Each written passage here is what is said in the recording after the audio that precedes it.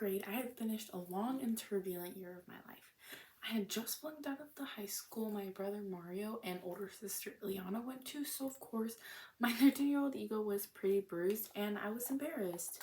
My parents at that time had a growing concern for why my grades were low enough for me to flunk out. And at the time, it really seemed like my biggest issues were not going to a cliquey high school for my freshman year and battling the crippling anxiety of being a freshman in high school.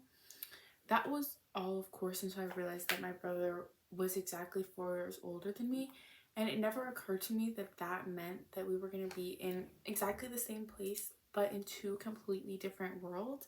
I would be entering the new and bewildering world of high school as a freshman, and he would be exploring the fresh and unnerving campus grounds as a freshman in college. But even then, I still didn't fully grasp that leaving home was even a possibility for my brother Mario.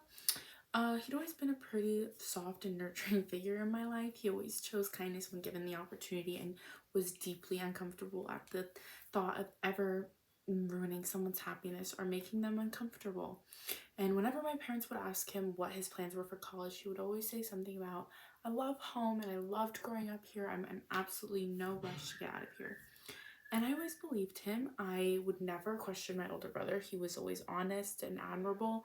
And I certainly would never assume that he'd end up across the country. I would always compare his responses to those of my older sister, who was only a year younger than he was. She would always respond with something like, oh, me? I'm gonna get out of here as soon as possible. And as far, she always managed to get it out with a boisterous tone and a bright smile, but I could see the flinch of my mother's hands and the swallow of her dry throat every time my sister would answer. It wasn't necessarily the eagerness to leave us or any of that. I just knew that my sister had always preferred to be alone or out or just doing her own thing and conquering her own world. As time went on, I eventually learned that the end of the year was here, and that meant that Mario's decisions would follow suit. I'd learned to pass times in ways similar to my sister. I chose being in the company of books and a pair of headphones with music so loud that my ears would begin to ring, and I tried anything and everything to stop myself and outrun this fear of facing this loneliness that I thought I was gonna face one day. I tried everything except actually trying to step out and spend these last few weeks with people that I loved and care about. I regret this every day, and I really wish that I had done that differently. And what it seemed like just a regular day in April in the last few weeks of school for me, I came home to an eerily silent house. I walked all the way down my long gray hallway and straight into my parents' room, where I found my whole family sitting on top of my mom's fuzzy gray comforter. I looked down and I saw the glowing laptop screen that belonged to my brother sitting in front of them. At that moment, I knew there really wasn't words to be said, nothing to be shared, just this glance that I remember between me and my mom. And I'll never forget it because she looked at me like she knew that I was gonna have my heart broken, but also be so extremely full of pride. And it was my brother who finally spoke up and said, I got another letter and I'm really hoping it's a yes from this school, Allie. I looked over at his face and then I passed through the faces of my dad, my mom, and my sister, and I simply replied, well, come on then, let's open it, hello.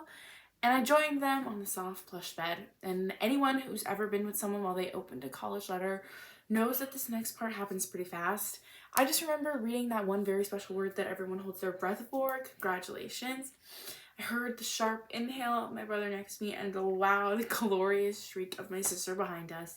And then I let my eyes wander to the top of the page. Purdue.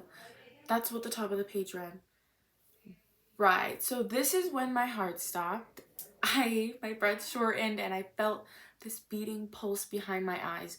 All the way in Indiana? That's really how far he decided to go? The rest of April went by without me having time to catch one thought, and before I knew it, it was mid-July and I was spending my last holiday with my brother. You know, for what I have to say, it was one of the best.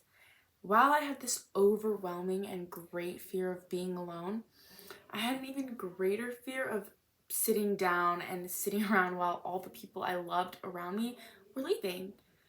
I spent that summer every second I could with my brother.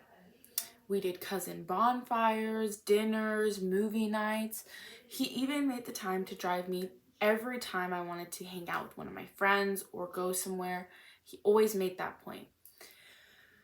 And I think overall, really going through this experience really just taught me that a less noisy hallway and a less crowded kitchen doesn't always make you alone, and I will never lose the love that I have with those people closest to me, and that will never make me lonely.